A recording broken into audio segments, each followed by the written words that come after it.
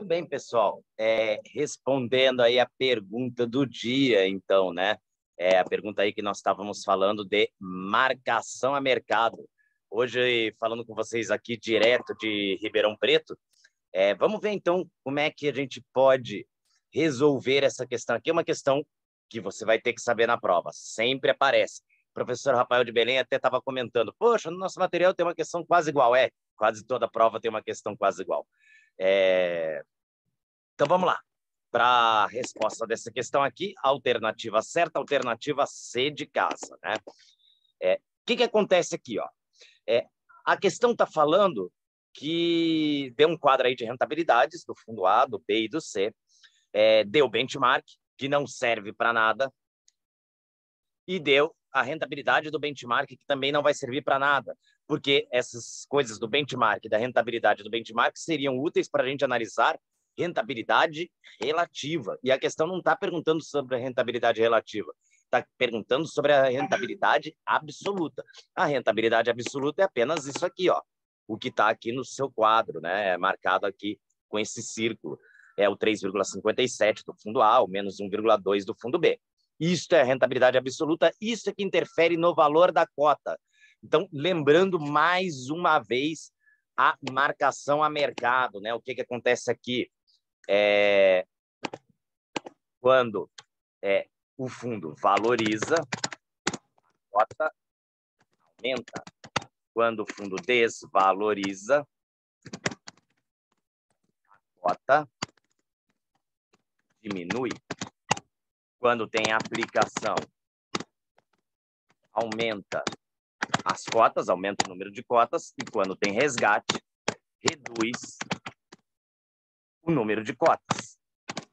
Então, resumão aí da marcação a mercado, como é que funciona.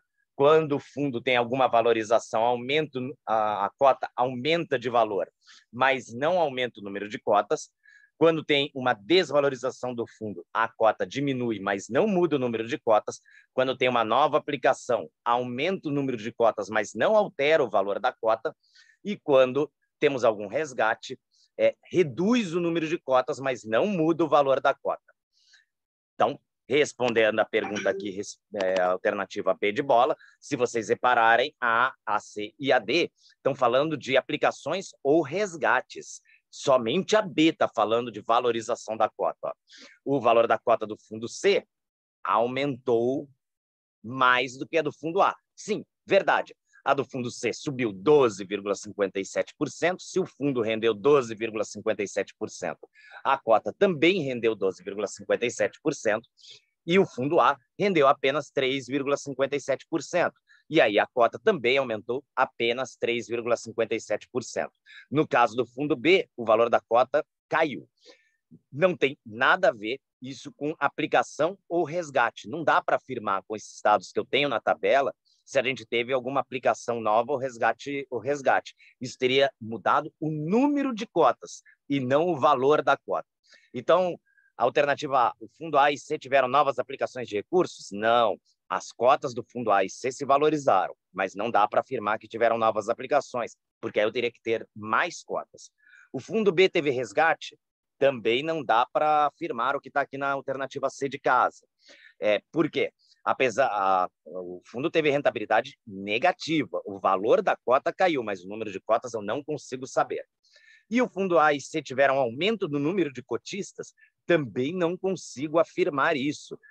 Aliás, não teria como eu afirmar isso sem ter acesso a um balanço muito detalhado do fundo, porque aumento no número de cotistas pode ter tido novas aplicações e aí aumentou o número de cotas, mas vai que essas novas aplicações são do mesmo investidor, dos mesmos cotistas, os cotistas atuais. Bom, então, respondida aí a pergunta do dia, daqui a pouco mando mais uma aí para a gente responder novamente aqui de Ribeirão Preto. Faz calor, tempo bom, né?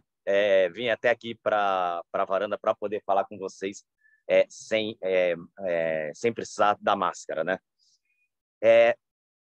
Nova questão daqui a pouco aí com vocês. Até mais!